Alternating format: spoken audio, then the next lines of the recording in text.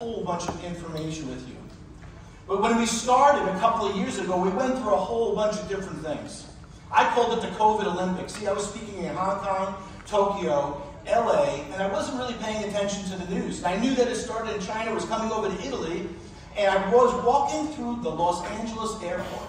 And there were only 3 people in the airport at the time. I didn't know what was going on. My phone rang and it was my children. And the first thing they said is, "Dad, you need to go get toilet paper." Now, this was the weirdest thing that I'd ever heard from my children before. And then I started to watch the news, and they were right. I had to go home and get some toilet paper because there were none in the United States. It was terrible. It was crazy. See, but what I found out is that we were all in the same different storm. We were just in different ships. Some of us were at home with our spouse, significant other. Some of us wanted to eat our children. Some of us were distant from different things that were happening.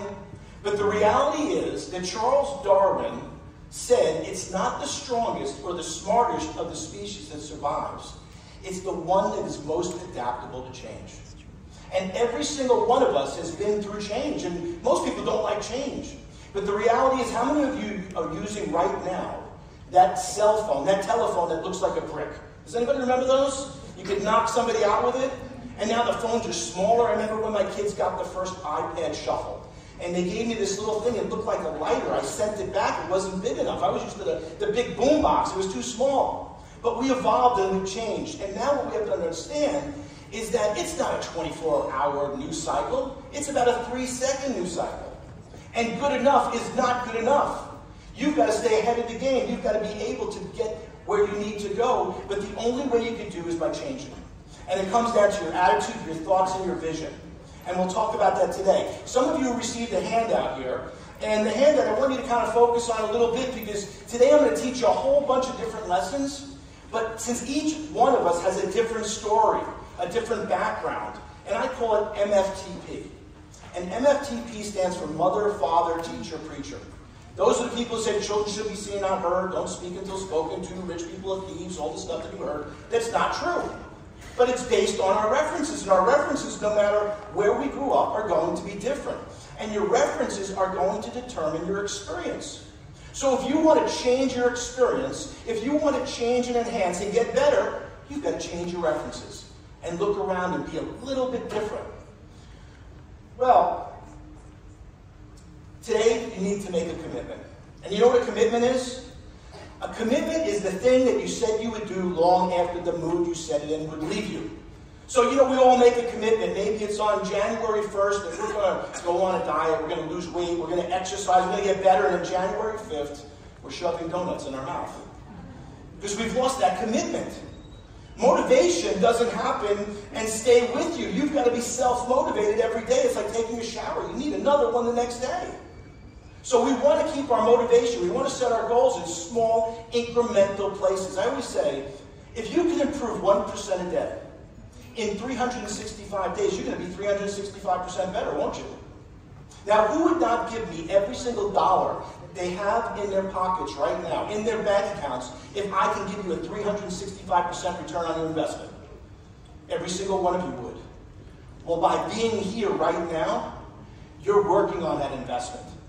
And as I say, we eat the elephant one bite at a time. You don't eat the whole thing right away. You attack the situation in small pieces, the way people can really understand what you want to do and what you want to accomplish. But it's going to take a commitment. Now, knowledge is not power. How many of you know really smart people, but they don't take any action? See, if you don't take any action, it's not going to make a big difference. So it's the application of your knowledge that's going to make the difference. It's going to move you ahead. It's the application of your knowledge that's going to help you to mentor others and share your experience. See, because what I found out is the wheel has already been invented. It's a pretty good thing, isn't it? But what do? We improve that wheel so it can run in hot weather and cold weather and all kinds of different situations. But the concept of the wheel is perfect.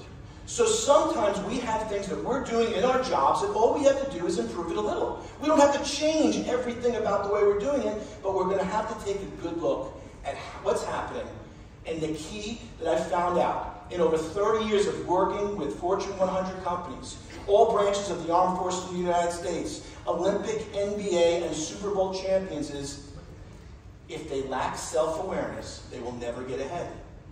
See, that's the #1 downfall of all leaders, is lacking self-awareness, not realizing who they are. You know, I kind of like to say, have you ever called your phone and listened to the message? Does it sound like you? See, we don't hear what we sound like, but when we call our phones and we hear our voice, we say, I don't sound like that, do I? But we don't pick up like that. And that comes down to that self-awareness. Well, there's a solutions-oriented leader mantra. And the solutions-oriented leader mantra today, for you to be able to adapt and go to the next level, is very simple. And it's, how can I apply this? How can I apply this to my family? How can I apply this to my friends? How can I apply this to my children, my fellow co-workers? So each and every one of us has a different story. Like my friend Cy Wakeman, the speaker, says, there's reality, and then there's a drama that we place upon it. So what is the reality and what is the drama going to place on that? So all of our experiences are going to be different. So when I'm talking about something, I'd like you to just say, how can I apply this? How can I apply this at home? How can I apply this at work? How can I apply this with my children? And I can tell you, how many of you here have children? Okay, and any of you have teenagers? How many of you are not as smart as you thought you were now that you have teenagers? They think you were born your size. You were born, you know, as an adult. Well, I'll tell you, you're going to make a comeback, because all these things I do and try on my 2 children. They've been my experiment for years, and it's turning out okay. They're doing good, they're working, they're good, productive human beings. But it was just applying that knowledge and seeing what didn't work and doing something different. And I heard something fabulous today. And I was watching Bloomberg News at about 5:30 this morning, and they were interviewing the person who was the CEO of Target, the Target stores in the United States. And they asked him what was the best piece of advice he ever gotten about business. And he said, the best piece of advice I ever got about business was from Michael Bloomberg. And Michael Bloomberg said to him, and I quote, show me someone who has never failed, and I will show you a loser. And I thought, how profound is that? Because, you know, you don't learn anything by getting it right the first time. Most of us have only learned by not getting it right, by failing. In the United States, we have the Baseball Hall of Fame. And if you are in the Baseball Hall of Fame, it means you struck out 70% of the time. If you're a 300 lifetime hitter, you're in the Hall of Fame. But if you don't get up to bat, you have no shot of getting where you want to go. So it's all about taking that action, that applied action, seeing what's not working, and then adapting and doing something a little bit differently. Well, Stephen Covey, who's one of my favorite authors, wrote the book 7 Habits of Highly Effective People. How many of you read that book? Yep. Okay, a few of you out here. Let me explain to you what a book is. A book is someone took 20, 30, 40 years of their experience, success and failures, and they put it into a book. Do you know all you have to do is read the book, do what they do, and you get the same results? It's called OPE, other people's experiences. I'm the guy who sat in the back of the class watching the front people in the class do really good. But what I found out was all I have to do is see what other people are doing is successful. Do the same thing, and I'm going to get the same results. It's so simple. What I found out is that success is simple. The only people that make it difficult is ourselves. We tend to get in our own way of success. And if we just go and follow those basic rules, things are going to happen. Well, Stephen Covey says, begin with the end in mind. Know what you want your outcome to be, and then work your way backwards. Because most of us don't even know what we want. You know the favorite question I have when I go out and I travel around the world? I ask people 20, 30, 40, 50, 60, 70 years old. I say, what do you want to be when you grow up? Do you know the #1 answer I get? I don't know. Well, as a doctor, and I'm not a PhD, I'm a real doctor. I treat people and stuff like that. I'm going to tell you, you're not coming back. You may come back as a fish or a frog, but not as you. So if you're not doing the things that you think you need to do, you've got to go out there and go big. Now, I used to say, go big or go home. And I woke up at 10:30 at night, I had this concept, we're all going home. At some point, we're going home. So I called my daughter, Jamie, and I sent her a text. I said, you know, I've been thinking about this. We always say go big or go home in our family. Well, I'm going to tell you, we are going home at some point. We're all going home, so just go big. My daughter sent me back 2 words, true statement. What are you waiting for? It's the time to go big. 2024 is right around the block. If you don't know what your goals are, if you don't know what you want to be when you grow up, you got to start deciding right now. And maybe some speaker here today will spark that idea in your head, and it's going to take you to a whole other direction. It's called the butterfly effect. Has anybody ever heard of the butterfly effect? One small incremental change can change your whole life, your whole projection. The first time I spoke in New Zealand, that changed the whole trajectory of my speaking career, where I spoke all throughout Asia and Europe. But it was one decision that I made that changed everything. So all it takes is one decision, one action, and you'll be right on top of it. But you've got to begin with the end in mind. It's kind of like if I said, okay, today we're all going to go to the airport and we're going to fly to the United States. We're going to fly to California. So we just got to go east, let's say, and come around the globe. Well, we also have to adapt for other planes, wind direction, speed, all these other. So we're constantly changing and zigzagging, aren't we? Till we get to where we want to go. But if we don't have the roadmap, if we don't truly know what we need to have happen, we're not going to get there. And that's why it's so important to begin with the end in mind. Know what you ultimately want to have happen and then work your way backwards. And you'll get there much simpler. Well, the two most important words in business and life came to me a number of years ago. See, I had a friend call me up and he said, you know something, you lost a couple $1 million. Now, when someone tells you that, they got your attention. He said, you lost a couple $1 million because you don't understand a simple concept. And he said, remember I brought you this idea and I told you you should partner with this person and it'll be great? And I said, yeah. He said, well, you lost a couple $1 million because you don't know how to say two words. And the two words are, what if? What if opens you to possibility thinking? What if this works? What if this can help? What if we hire this person? What if we make an investment in ourselves like you did today? And I guarantee your investment is going to grow tenfold. Tenfold. Because you're already in the top 10% right now just by being here today. But if you're going to sit here and take diligent notes and have that and put it back on your desk when you get home and not take any action, you've wasted your time. But if you take any action, you're going to be ahead of the game. And I always say if you take one idea today and implement it, you're going to increase your effectiveness 25%. 2 ideas, 50%, and 3 ideas over 100%. Don't try to implement 50 different ideas because you're not going to do it. It's demotivating. It's kind of like when you see your to-do list and you got 50 things on your to-do list, you're like, oh my gosh. Pick the top 3 things.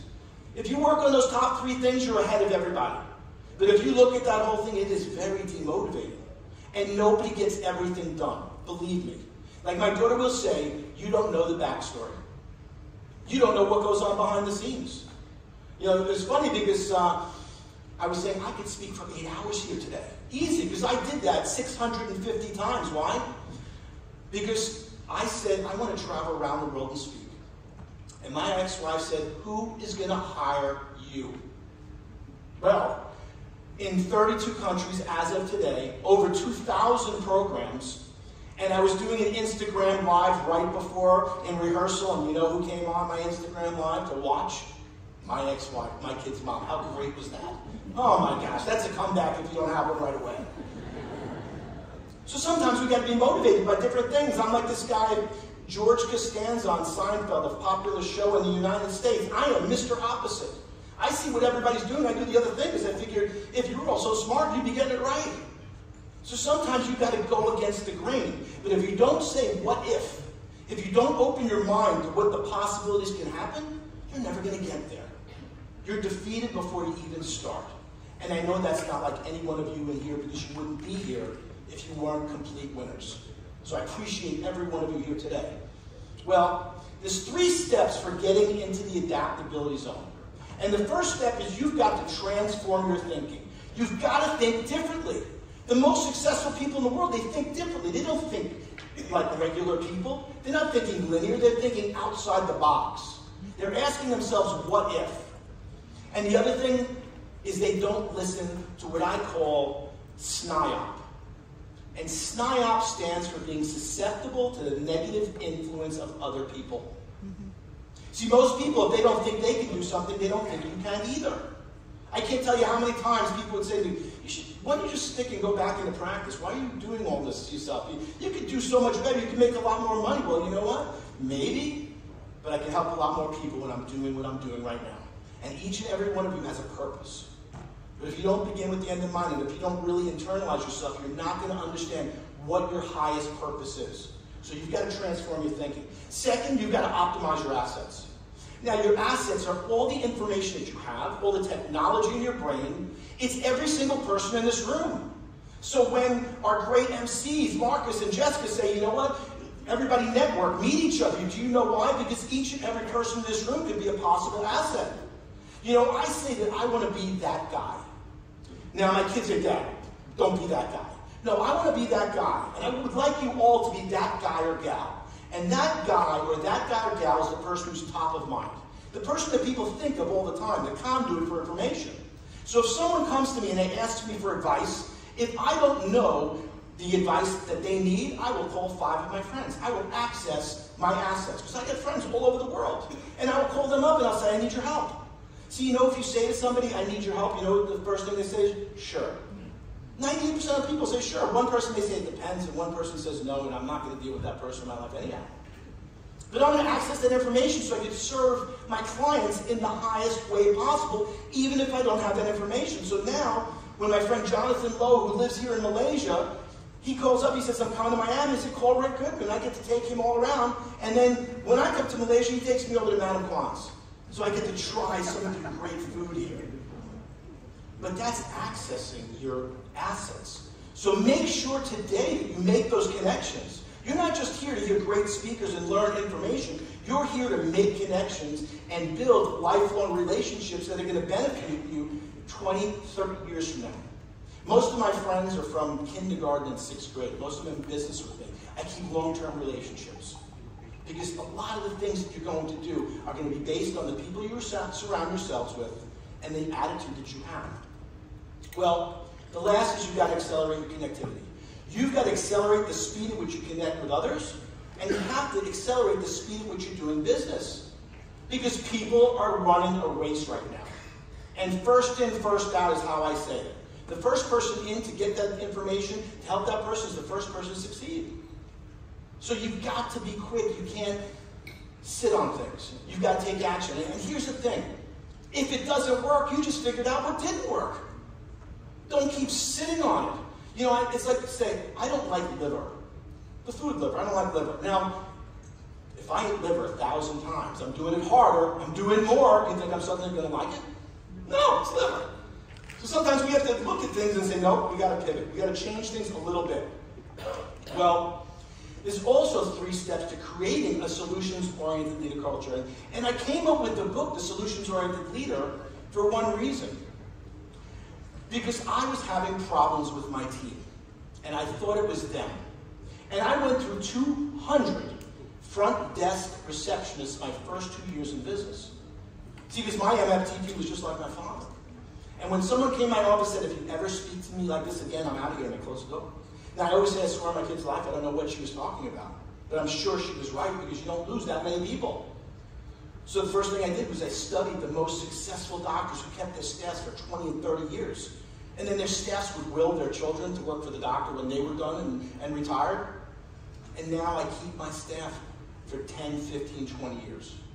Because it's important. Because you can't do anything without the people you work with. So the first thing that you've got to do in creating that solutions-oriented leader culture is repair. You have to see what's not working. And do an assessment. What's not working? What could be better? Because good enough is not good enough. The second is you've got to adapt. You've got to adapt to the changing environment. And remember, change is good. So use those examples for your team. Put them into positions. Tell them stories about when you changed, when things went differently. There's a technique I use called the 3 F's. And the 3 F's stand for feel, felt, and found. Feel, felt, and found. So I'll say, I understand how you feel. I felt that way too. And I found that if you do this, this is going to work. And I discovered this because I wanted to communicate more effectively with my children. And I said to my son, before he was about to take a big test, I said, you know, you're going on a vacation with your mom, your grandparents, make sure you study, take care of business. Because in our family, we have a motto, take care of business, and then you've got money to do what you want to do. Well, he didn't listen to me, he knew too much. Sometimes your children think they're smarter, and he failed that test. I had the same situation when I was in college. I was playing hockey, and I decided right before practice was my history of film, history of music, the most boring class ever. I missed it 51 out of 100 times. I failed the class. So that summer I had to take underwater basket weaving and history of film, all these fluff courses to get my grade point up. I found out that it's easier to maintain a high grade point than to make a comeback from a poor performance. So when my son failed this test, the first thing I said was, I understand how you feel. Really? I felt that way too. Misery loves company. So people like to know that somebody else was miserable. And then I give them the lesson. I found that if you do X, Y, and Z, this is what's going to happen. So what are you doing? You're building empathy, you're communicating more effectively, and you're teaching them a lesson that's going to last a lifetime.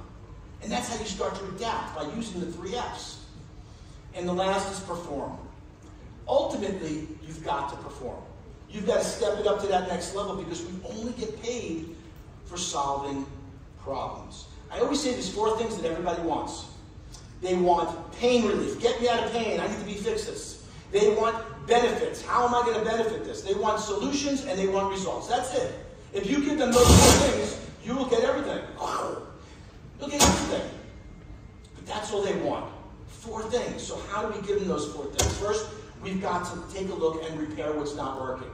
Second is we've got to adapt to the new and changing environment, and then we've got to perform. And this is the way that every single championship organization and championship team that I've ever been around works. They're always looking to see what's not working. They begin with the end in mind. They understand what they want their outcome to be, and they move forward. And I'm going to give you an example of one of the companies that I work with and how they applied this in their own organization to end up selling their company for over $150 million. Well, there's different mentalities, and you have to understand that your mentality is going to determine your outcome. It's your attitude. You know, how many of you had a mom or grandma that said bad things happen in threes? Does anybody have a mom or grandma that says bad things happen in threes? Right? I've got one of those too. So, you know, something would go wrong. They say 1, 2, 3, 4, 5, and all of a sudden, you say, see? I knew it was going to be one of those days. Have you ever thought it's going to be one of those days? Everything's going to go wrong? Well, in one of those days, you think everything's going to go wrong. Like now. Where everything may go wrong, you're going to see that it's about...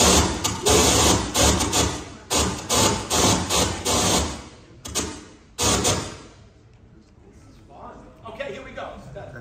So, it's about adapting. How are we going to do these things? I predicted. Because, you know, I was feeling something just happened to me. That's okay. Anyhow, so what has to happen? They've got to figure out what they want to do.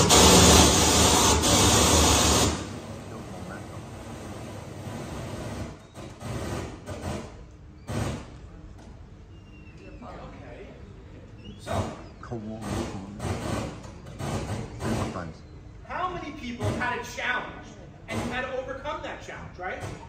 But what do? You move forward. And that's exactly what we do here. So growing up in Long Island, there was something called the crab mentality. And if you've ever gone crabbing, you know that you put the food in the trap, and then the crabs start to come into the trap. And as the crabs fill up that trap, one crab decides to walk out. When that crab decides to walk out, another crab grabs it and tries to grab it down. And then another crab tries to get out, another one grabs it down. They will literally eat each other alive before they let another crab get out of that trap. Well, how many of you know people just like this? You can't do it, I'm going to try to pull you down, because if I can't do it, I'm going to make you worse, so I feel better about myself. But then I was in Kyoto, and I went to the bamboo forest. And in the bamboo forest, they planted the seed of the bamboo tree, and they water every single day for a year, and nothing happens. The second year, they water every single day for a year, nothing happens. In the third year, they do it every single day for a year, nothing happens again. Fourth year, same thing. In the 5th year, within a 3-week period of time, that bamboo shoots up 75 feet. Now here's my question. If you did not water it any day in those previous years, would that bamboo have shot up 75 feet? No. Absolutely not. It's the same thing with your relationships, with your family, with your friends, with your team, with your coworkers, with the people that you're working with and the people that you're leading. If you don't water them, invest in them every single day, they're not going to grow, they're going to wither, or they're going to go somewhere else where they can grow. So you got to constantly be putting that wood in. You constantly want to make sure that you're making those mental deposits in that bank. Now, Jessica and Marcus, where are you? Thank you. Jessica and Marcus, come on up here. Well, I have something that my friend Steve Spangler, he's a science guy. And he's always on these shows called Ellen. She's a famous interviewer in the U.S. And he has something called an energy stick. And you know that in your body, you have 3 volts in each one of your hands, 15 volts in your hands, 3 in each finger, and it's electrical. Have you ever met somebody at an event, and you feel like you know them right away, you feel like kindred spirits, like you've known them forever, right? And there's other people that you meet that you couldn't warm up to if you were cremated with them, right? You know these people, they're just not fun people. Well, a lot of it's about the energy that you're putting out, the energy in your body, the things that are happening. So this energy stick, if Marcus just holds that energy stick, and then, come over here a second. He's going to hold it right there. So, and then, I'm going to hold it there. And then, Jessica holds his hand. Whoop. Here we go. Okay. I'm going to show you. You're not the MC anymore. I'm in charge now. So, Jessica, you hold that. You're going to hold the other hand. Okay. Hold his hand. There you go. I hold his hand. Nothing happens. But the moment I touch the energy stick, all of a sudden, I knew it was going to scare me. What does it do? It all of a sudden lights up. Do you know why? Because you're closing the circuit in the communication. And communication is not what I say, it's how you hear it. And if I'm not communicating effectively, you're not going to get the right message, are you? So you want to get the right message, you've got to communicate effectively, and you've got to close that circuit. Thank you so much, guys. Thank you. Don't hold down both sides. He's closing his own circuit. He's just going to talk to himself. That's all. Well, the reality is it's all about your attitude. Like I was saying, some of us we have our grandparents that say it's going to be one of those days and we make them right. And I always say, what'd you ever get for being right? You had a bad day, or if you're in a rush to leave, how many red lights do you think you'll hit? Right? Or how many of you bought a new car in the past and you got in that new car and next thing you knew, everybody in the city was driving that same car? You ever notice that? There were tons of people on the road because your brain was going on search to make you right. That's exactly what it does. But it's more so about building the right relationships, making the right connections, and then offering value. Because if you're not offering value, if you're not serving, you're not doing what you should be doing to help adapt, change, and perform at the highest of levels.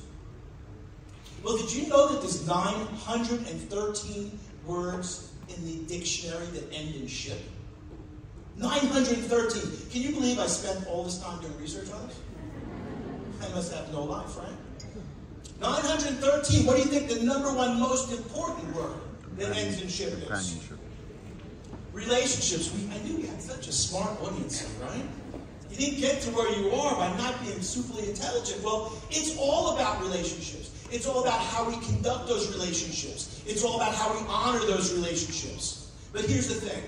If you want to have relationships with your team, with your children, you have to offer value. You have to offer value. When I had lunch with my friend Jonathan the other day, he said, man, your team does such a great job with your videos and all this stuff. I said, it's not my team. Let me show you this little tool I have.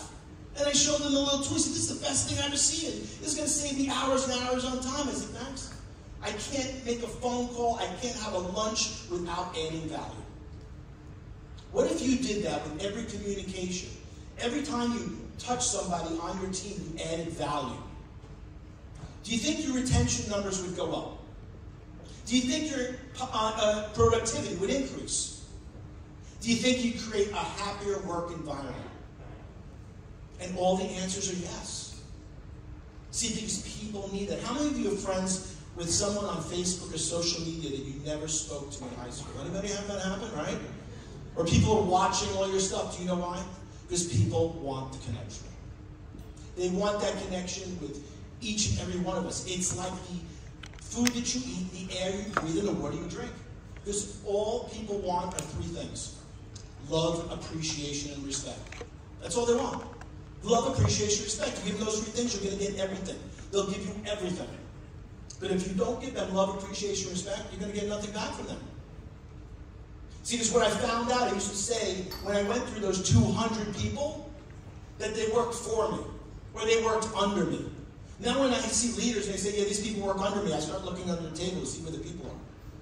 See, when they worked under me, or they worked for me, they all left me. But when they work with me, they stay for a long period of time. And that is the key lesson that I learned by losing 200 people my first 2 years of practice. Now, if you don't learn that lesson and are not able to adapt, you're not going to move forward. Because that's going to be the key to your success. Well, I found out one other thing. People do business with people who they like or like them. You will buy a product from a friend of yours versus going to the local discount place and saving a couple of dollars. Because people do business with people who they like or like them. How many of you have friends that are not like you at all? Probably not too many. Because we attract the people of that same friendship, that same personality style. I met Mike. How many people saw Mike speak yesterday? It's amazing, right?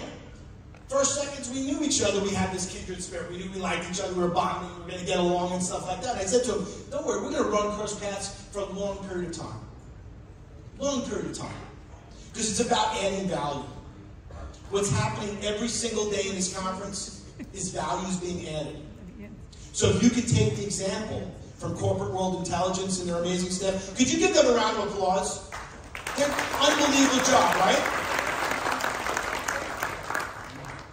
That's a model that you can take and say, hey, look how they're doing it. How can I take a piece of theirs, what they're doing, and apply it to my organization? Because you can learn something from every single organization you step in. And then you get to choose. One from column A, one from column B. I want to make this my own style. I like what they're doing. But be your unique self, because that is what's great about each and every one of us. It's not being the next Rick Goodman. You don't want to do that anyhow. It's not so much fun. But what you want to do is be the best version of you. And see what some of those people are that you honor, that your mentors, the people that you look up to, the people you respect. And see what some of their qualities are, and don't envy their qualities. Emulate their qualities. That's the key. So many people want to envy people, and, oh, they have these things and I don't have. No, emulate how they got it. That is the key. Do those steps. Remember, all you have to do is see what they did, do the same thing. You will get the same results. That's how it works. So you've got to stop putting out fires and start thinking in solutions. If you're not thinking in solutions and constantly looking for that, you're not going to arrive to that place. Anybody can point out a problem. My kids are great at pointing out problems. But we get paid for providing solutions, not for picking out problems. Anybody with a $5 job can pick out a problem. You guys get paid for solving things. That's why you're here today, to learn how to solve things, to learn how to adapt, to learn how to be better, so you can perform at the highest level possible. Well, self-analysis is always the first step. I always say when there's something going wrong, there's only one person you can look at, just go look in the mirror. It all starts with you. You have no control over anybody else. What you do have is control over you, over your goals, over your mind, over your judgments, over your communication, over the people that you surround yourself with, over the team people that you are with. Those are all the ways that you can move ahead. But the first thing is taking that hard self-assessment and looking at that big picture. Well, I like to say it's like a helicopter. And I talk about the helicopter all the time. See, phase one with people, it's all about me. You're focused on the challenge, the problem that you have. It's all about what's going on with you. Why me? And never say why me, because you know what? Your brain's going to tell you why you. It makes you right. It doesn't know the difference between something happening and something imagined vividly in great detail. It always makes you right. It doesn't know that difference. That's why it's going on search for the cars, to make you right. To say, hey, that guy or gal is one smart cookie. They got the same car as me. I made the right decision. It justifies that decision. Well, phase two is when you're butting heads. And phase three is when you're finally up in that helicopter. And you're able to look down. So let me give you an example. When they had an earthquake in Haiti, the first thing they said is these people need supplies. These people need all these things, and they were arguing. And phase two is they sent all the supplies over, and the supplies were all sitting on the tarmac at the airport.